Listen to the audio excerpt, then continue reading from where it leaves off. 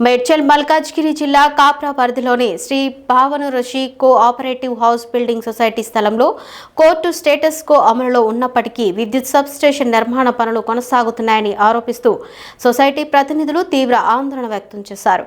అక్రమ నిర్మాణాలను తక్షణమే నిలిపివేసి సొసైటీ స్థలాన్ని పరిరక్షించాలని ప్రభుత్వాన్ని కోరారు. సొసైటీ కార్యాలయంలో ఏర్పాటు చేసిన విలేకరుల సమావేశంలో సొసైటీ అధ్యక్షుడు సీత ఆంజనేయులు మాట్లాడుతూ కాప్రా పరిధిలోని సర్వే నెంబర్ 158లో ఉన్న 2.10 గుంటల సొసైటీ స్థలంపై 2001 నుంచి వివిధ కోర్టుల్లో వివాదాలు కొనసాగుతున్నాయని తెలిపారు. అయితే కోర్టు ఉత్తర్వులు అమలులో ఉండగానే గత 2 రోజులుగా విద్యుత్ శాఖ అధికారులు జేసీబీలతో సొసైటీ స్థలంలో విద్యుత్ సబ్స్టేషన్ నిర్మాణానికి పునాదులు తవ్విస్తున్నారని సొసైటీ సభ్యులు ఆరోపించారు. ఈ విలేకరుల సమావేశంలో వైస్ ప్రెసిడెంట్ అవినాష్, నగరం సురేష్ తదితరులు పాల్గొన్నారు. ధన్యవాదాలు తెలియజేస్తున్నా. అసలు విషయం మీకు అందరికి పేపర్లు ఇచ్చిండ్రు. విషయం ఏంటంటే ఈ భావన ఋషి సొసైటీ 1984లో ఏర్పడి ఎదురున్న స్థలం 1997లో ఇక్కడ గౌట్ దగ్గర నుంచి రిజిస్ట్రేషన్ చేసుకుని ఉన్నటువంటి స్థలం. దానికి 2009లో జిహెచ్ఎంసీ వాళ్ళు మాకు లేఅవుట్లో కూడా పర్మిషన్ ఇచ్చిండ్రు. లేఅవుట్లో కూడా మా ఆధీనంలో ఉంది.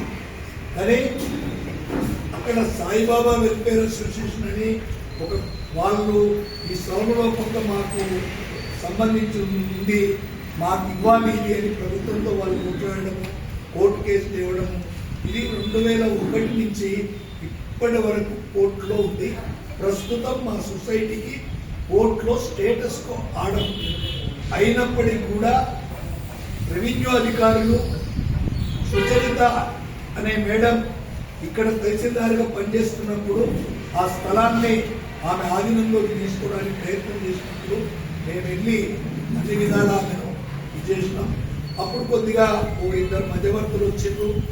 వాళ్ళు సార్ దీన్ని ఇట్లా కాదు, మీరు కొంత డబ్బు చెల్లిస్తే తప్ప ఇది కాదు అని చెప్తే ఈ సొసైటీ మేము దీంట్లోకి 10,000 రూపాయల కంటే ఎక్కువ ఎవరికి ఇవ్వడం కుదరదు, అది ఏదున్నా కోర్టు కచేరీలనే చూడడం జరుగుతుంది అనుకున్నప్పుడు ఆమె వెంటనే దాన్ని ఆధీనంలోకి తీసుకోవడానికి మాకు నోటీస్ ఇచ్చి మా మీద ఎఫ్ఐఆర్లు కూడా పైకి తీసుకొచ్చినాం.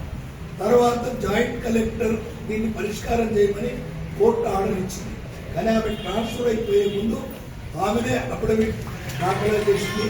అక్కడ పూర్తిగా మాకు వ్యతిరేకంగా అఫిడవిట్ ఇవ్వడం వల్ల జాయింట్ కలెక్టర్ కూడా ప్రభుత్వ ఎంఆర్ఓకు వాళ్ళకు సంబంధించి ఆధీనంలోకి ఇచ్చినట్టుగా ఆర్డర్ ఇవ్వడం వల్ల వెంటనే మేము మళ్ళీ కోర్టుకెళ్ళి ఆ ఆర్డర్ని ఛాలెంజ్ చేసి స్టేటస్ కో ఆర్డర్ తీసుకొని అక్కడ ఎవరు ఏమి చేయకుండా ఆపినాం. కానీ నిన్నటి రోజు జేసీబీ తీసుకొచ్చి అక్కడ బునియాది తీయడం స్టార్ట్ చేసి ఎవరమ్మా మీరు ఎందుకు వచ్చారు ఈ భూమిలోకి రావడానికి వీళ్ళేంటంటే మేము ఎలక్ట్రిక్ డిపార్ట్మెంట్కి సంబంధించిన వ్యక్తులం, ఈ భూమి తహసీల్దార్ మాకు ఇచ్చిండు అంటే ఎలాంటి పేపర్ ఉందో చూడండి, మేము మీకు చూపెట్టాము.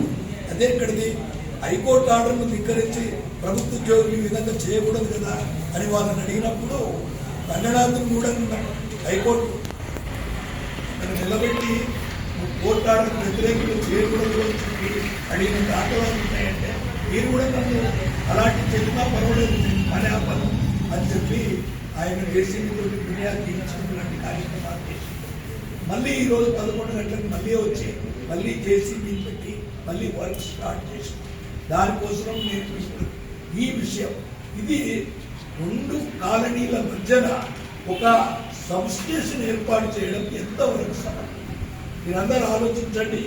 ప్రభుత్వాన్ని కూడా మీరు నిలదీయాల్సిన అవసరం ఉంది.